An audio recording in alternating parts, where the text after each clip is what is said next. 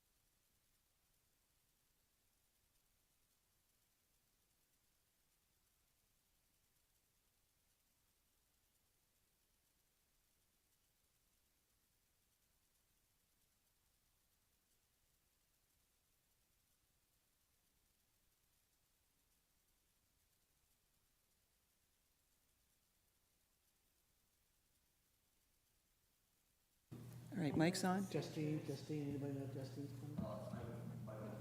Okay, all right. Then we'll get started then. Okay. Turn your mics on, please. Pledge of allegiance. I pledge Pledge allegiance to the flag of the United States of America and to the republic for which it stands, one nation, under God, indivisible, with liberty and justice for all.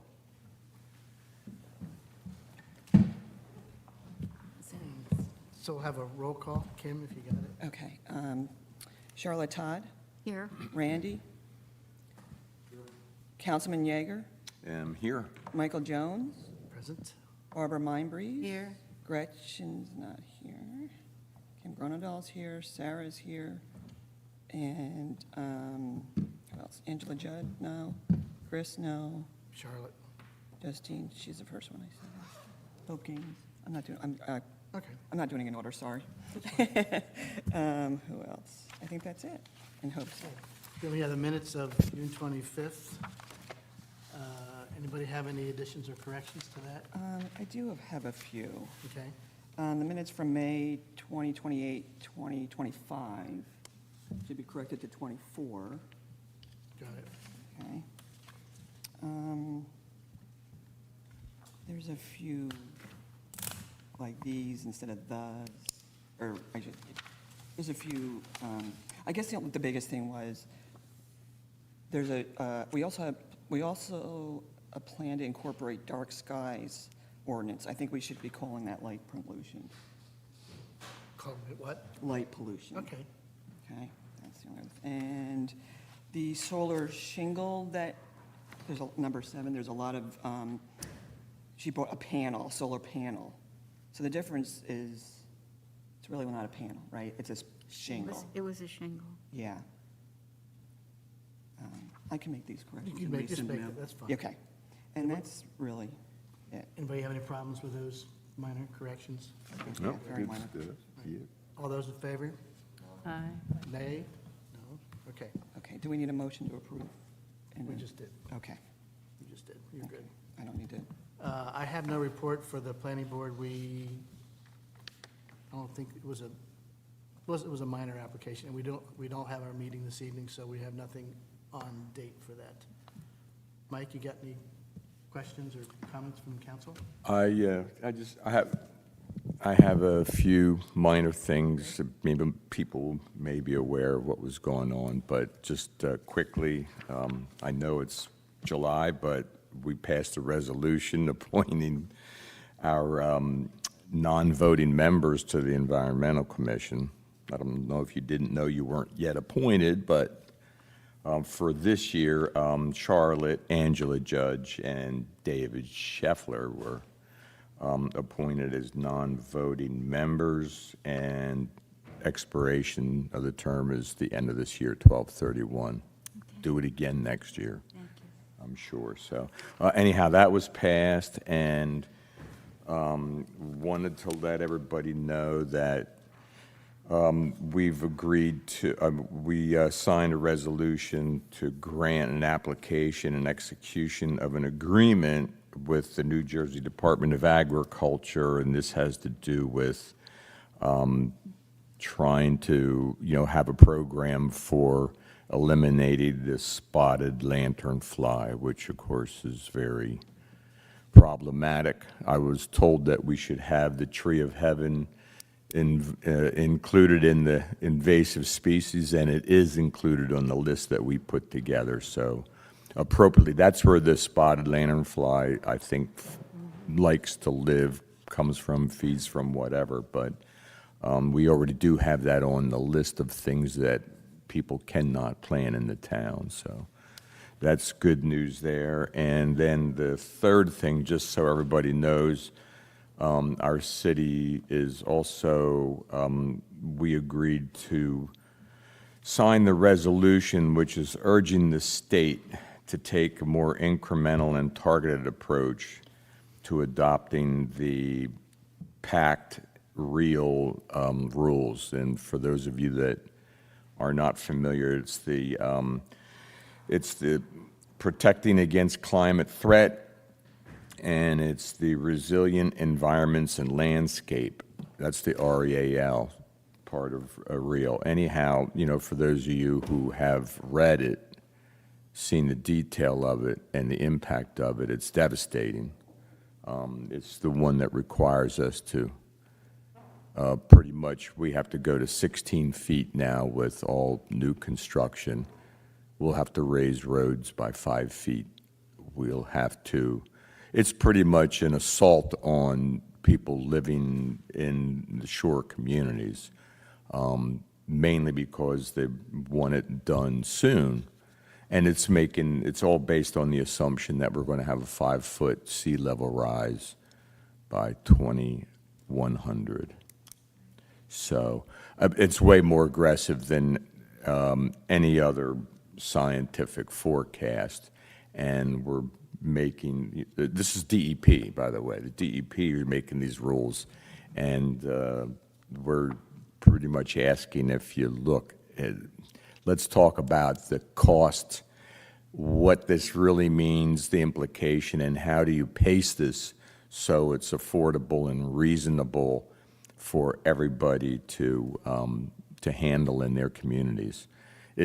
Based on their assumptions, by the way, we have things like the city of Cape May will be under 42% of the city will be underwater. 55% of West Cape May and something in the order of 60 or 78% of Cape May Point will be underwater. So it's Still pretty high where we are, Mike. we're still very. I just built a home because they made me to go to 12 feet, and now they're telling me I have to jack it up 4. I'm like, oh my God. But anyhow, all we're doing is we're asking them to, have a more measured approach to this, not such an accelerated approach. So that was agreed to and signed. And by the way, it was a county resolution that was put together. We just emulated everybody else in the county. And what happens is, again, with their forecast, 43% of all of Cape May County is underwater. So that's why. Yeah, it is. But unfortunately, the DEP is not, it's not a conversation. They've already proposed the rules, and they're expecting implementation of the rules by sometime in 2025. What's the financial help, From, the state? there's certainly nothing that's been identified so far. Okay.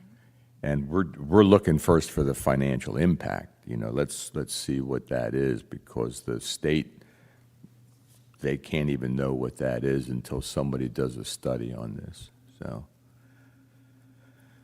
in any case, this is a long way off, a lot more to go. And of course, we're all requesting, actually, the resolution's just saying, look, let's get through the financials, let's get through the real, let's do the engineering analysis and figure out how we can possibly even accomplish something like this.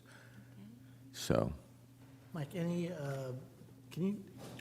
whatever you know about Phase 4 of the walkway around behind the school, anything about the status of that, how far along it's, anything off the top of your head you can remember?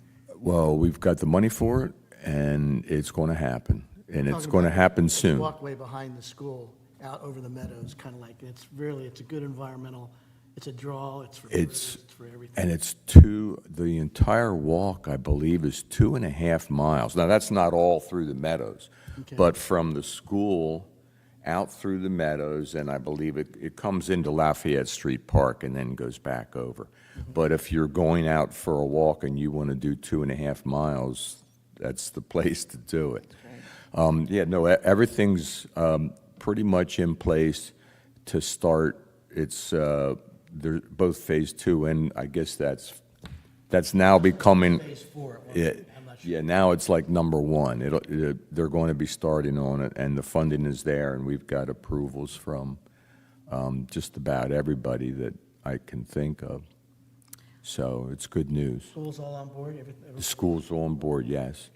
The only part of it is that I believe the gate part maybe that goes through the school property might have to be locked at certain times. But From what I remember, they were going to have two entrances to this, one of them was right behind the school. And Yes. one of them was right off of, Broad Street, extending right there. sounds right, yeah. Yeah, I think it's Broad Street. Or, oh, you're talking about, yeah, St. John? St. John. Yes, There's some access from St. John. Yes. From there. And- yes, And it'd be really nice once they get it.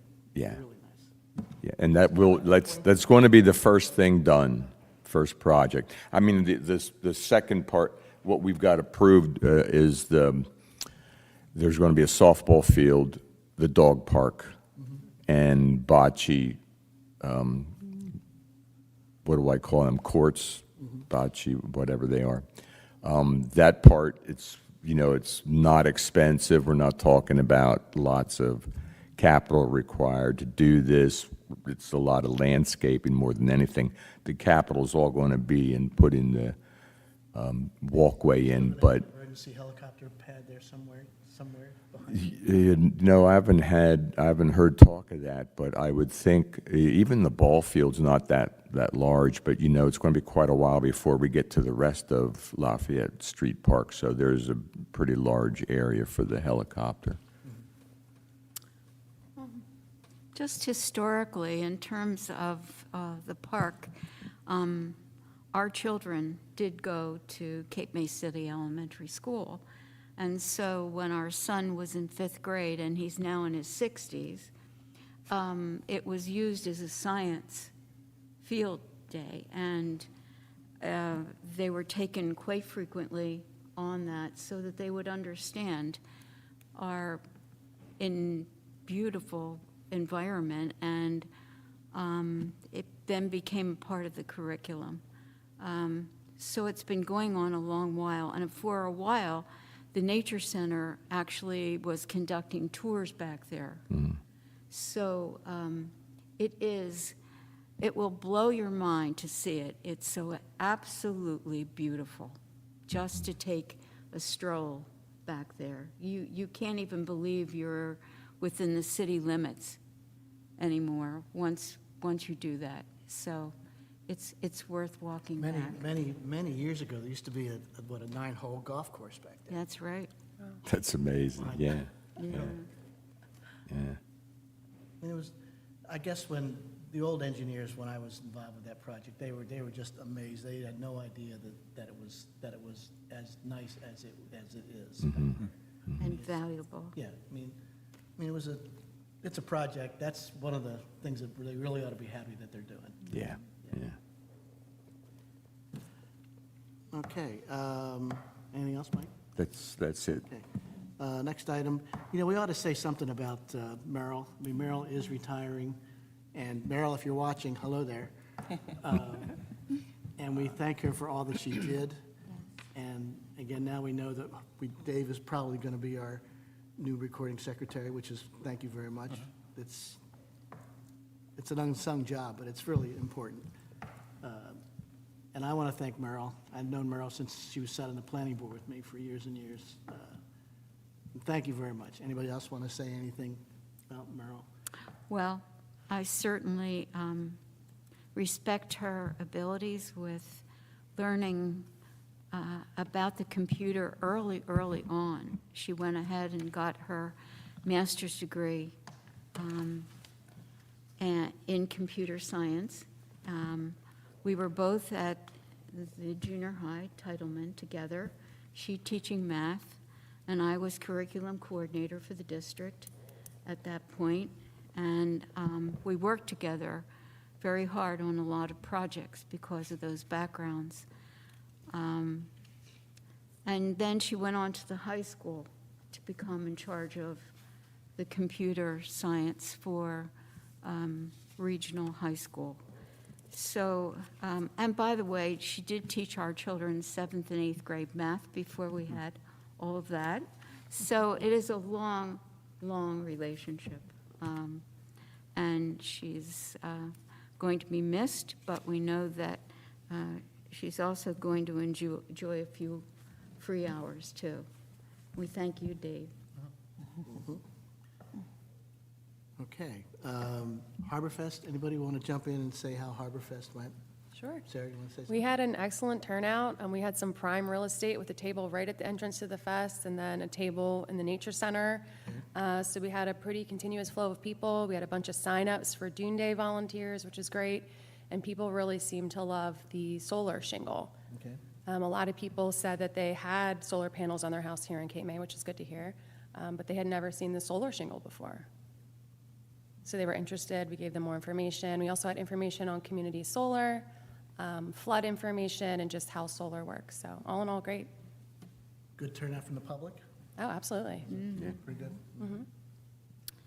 We also were delighted to have as many volunteers at the other end of the table introducing children to vocabulary around the words that had to do with solar.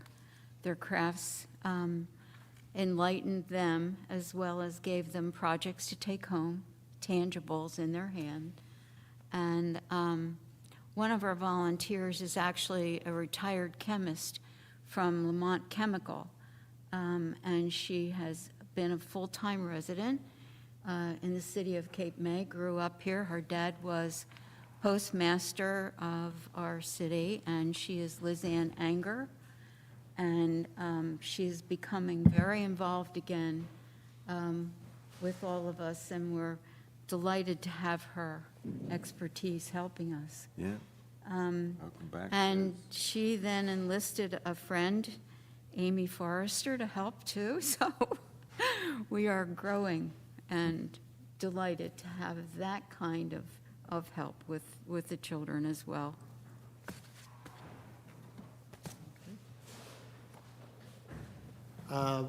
Where are the banners?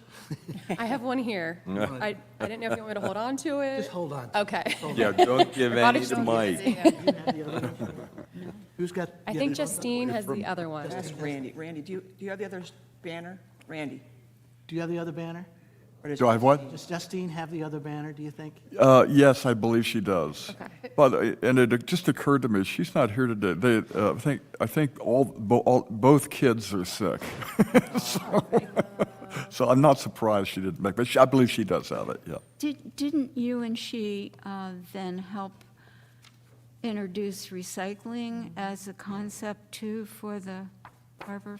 Where? At the, yeah. And at- You e-waste. had the Yes, recycle yeah. tape. Oh, yeah, Justine and I, you're talking about, Yes.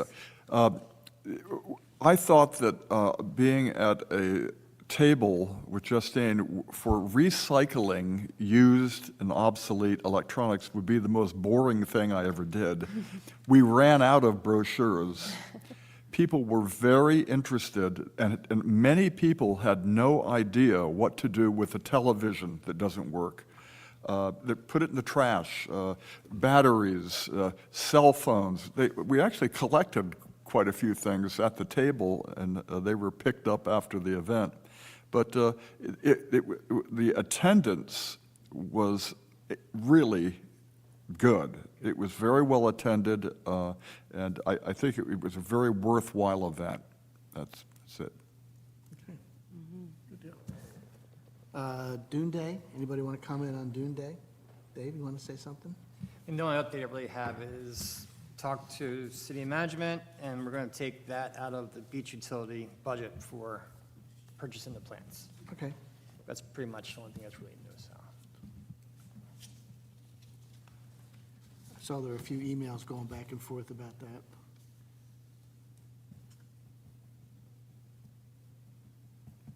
Okay. Randy, you want to say anything about your? Yeah, I'll be very brief. You have in front of you this month's medical article as it pertains to, as climate change pertains to health.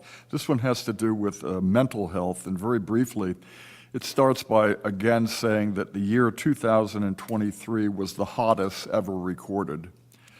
The extreme weather events that engenders are associated with all kinds of negative things in the world of mental health, including an increase in post-traumatic stress disorders, anxiety, depression, suicidal ideation, attempted suicide, substance abuse, overdoses.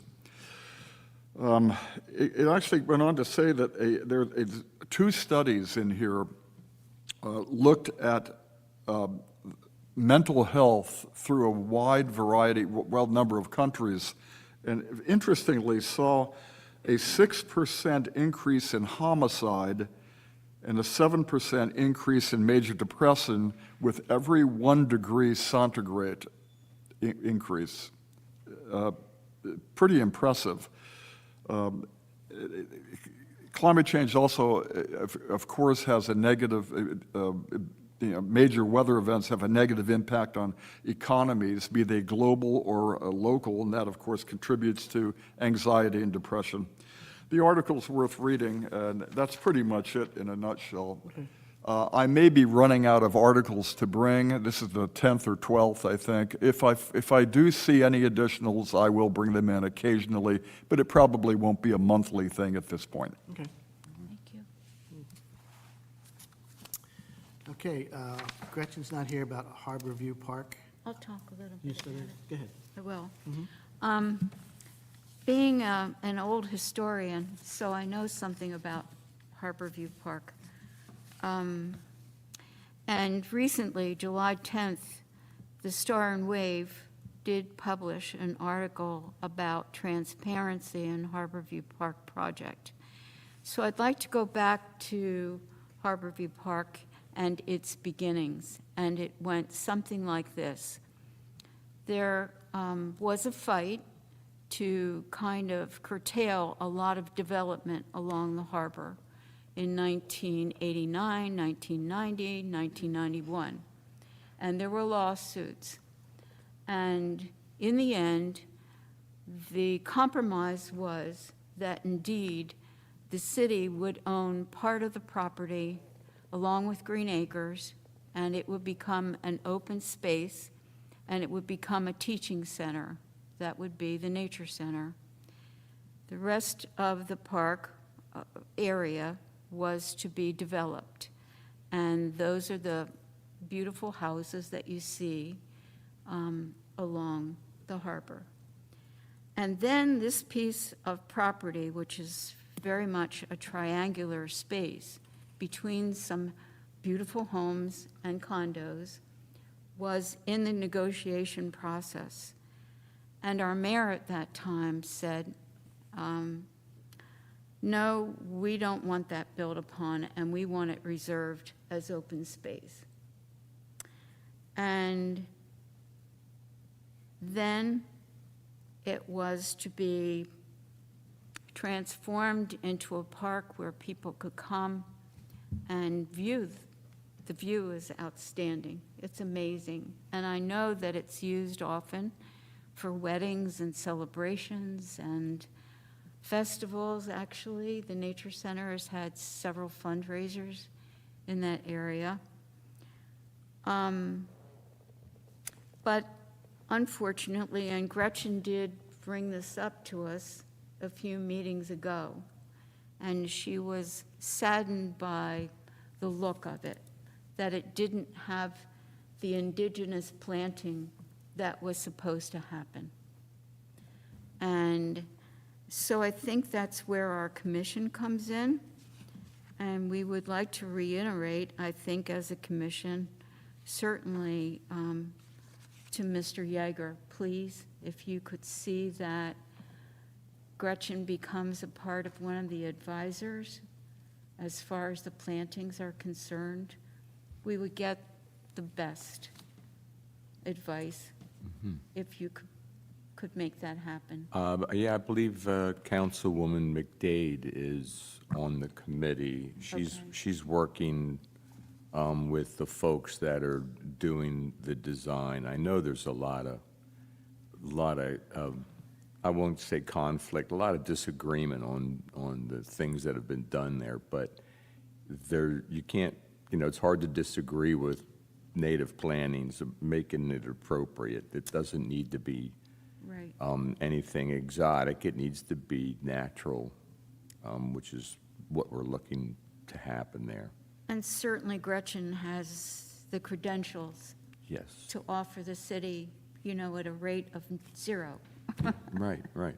Yeah, I have to talk to Maureen Thank today. you. I will mention it to her. Yeah. And And in that it was a part of that settlement, we'd be very happy to be included. Thank you. appropriate, Still got yes. the floor, Charlotte. Uh-oh, next part. Next part. Yeah. So as I was thinking about, something to offer today, I thought about our beautiful town, and if you look at our Chamber of Commerce booklet, it starts with, each year describing our city. And this year, it certainly does very well again, Cape May Ecotourism.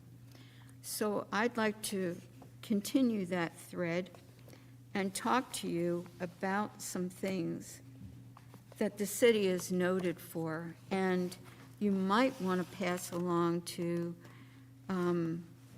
your own relatives who are visiting, to neighbors, and I'd like to say hello to anybody who's watching. Please, look at our harbor safaris down at the Nature Center. They're an amazing opportunity for you to understand one of the reasons why the children are involved, learning about what is in the vicinity. I can tell you, having been an educator in the area for a very long time, that one of the reasons I thought it was most important for us to have something like this was that it wasn't covered in any of the curriculum, except for maybe one science class in the high school. And I felt as if that was a great disservice to having visitors and children learn about what was in their backyard. We teach children about the trees that they might see, but nobody was talking about what was happening in the water and why it should be protected. So you can go to the Nature Center and you can be a part of that program, or you can go to the Mid-Atlantic Center for the Arts, and they have something called a Natural Habitats Trolley Tour on Wednesdays at 9 a.m. And again, you would learn as you take that particular trolley tour about our wonderful scenery and all of the vegetation, the birds that they might see as they drive around the city of Cape May. And then you can move ahead and you can go to the beaches. And if you get down to the cove, you should understand that we are not the first people to inhabit this area. The indigenous people were the ones who understood that they could come out of the forests and go down to the beaches, and they could dry fish and then take it back into the woodlands for the winter months. And they'd have some extra food sources. And they would be fed during that period. We've got Gretchen, again, showing us this opportunity, the beauty of beachcombing. And she offers walks down on the beach on Wednesdays from 8:30 to 9:30. And you can search this coastal beach, ocean, and dunes of Cape May and the shallows, combing the shoreline for treasures. And actually, even on Thursday nights from 8 to 9 p.m., you can do the same sort of discovery walks. And thanks to the Lenni Lenape tribes here in South Jersey, we have learned a lot about taking care of our super wetlands and our ocean tides and waters. So I thought I would bring that back to your attention because, after all, this is what we do. We don't always make the public aware. You know, they know about the best restaurants, and they know that the beaches are fun, but they don't maybe know about the underpinnings of the beaches. So I thank you for listening to that. Okay, Yes. thanks, Charlotte, nice. Thank you. Anybody else have anything they want to say? So, David, so it's Friday, November 8th is the Dark Sky Educational Program? Dark sky, Just to reiterate that, yeah. dark skies. And are we- November 8th, yes. November 8th. And are we calling it something? I mean, I put in Dark Sky Education. That name for, that was the name I thought of. You guys think something different Right. or something else you like? No, it's fine, I I just, mean, well, I guess as long as we have the name. Is that going to be at the center? Is that going to be at the center? Convention Hall. Convention Hall, yeah. Yeah, I was gonna have part of it there, and then I thought put another observation platform at the new pavilion at the Cove would be a nice idea also, to kind of show off the new pavilion to get the Right. view, so. But yeah, the majority is gonna be at Convention Hall. Okay. But the name's up for discussion, that's just, I put it on there so I can see it on my computer basically with that name, so. Right. So, well, maybe you could get together with Kim as far as, like, we have the minutes that we have to get out to the members of this meeting, and then actually what the agenda will be for the next meeting. Okay. And that's pretty much what you have to get in writing out to everybody before okay. So it's not, it just takes a little time. All right. And is Dune Fest still in October 6th? Is that what we have? Correct. Yes, Correct, yep. And that's the Monarch Fest October as 6th, yeah. well? Is that the Monarch Fest? Is it? Do we know if that's also the Monarch Fest? I'm not sure. Monarch Fest is September 29th, Oh, okay. the last Sunday in September. and I believe it's the week before the Points dune planting also. All right. Are we worried about the dune grass if we have a hurricane or event? The new dune grass that's being planted? How long does it take to get a root system going? Do we know? I don't have the exact time frame. And you're gonna lose some regardless. I was talking to some of the local gardeners, and they said you're gonna lose between 20 and 30% regardless. There's a lot of things you could worry about. Oh, I I'm not know, so sure Yeah. I'd I worry know. about that one. I Yeah, just wondered appropriate times for planting, yeah. if It's one of the Spring better is times too better. because of the rain also. Because we can't want to run off the truck, water everything, so. But that's another reason why we want to do it in the fall, just because of Oh, the weather. okay. Yeah. So if you have it in the summer, it's gonna be too hot, it's gonna fry everything. See, During I the was fall- missing that piece. yeah, During the fall, generally, it's gonna be most of the rain, so. Okay. Okay. Hopefully it's rain, but not too much, because it would help. Thanks, Dave. Motion to adjourn? We good? All in favor? Aye. Thank you. Mike's off. Randy, could you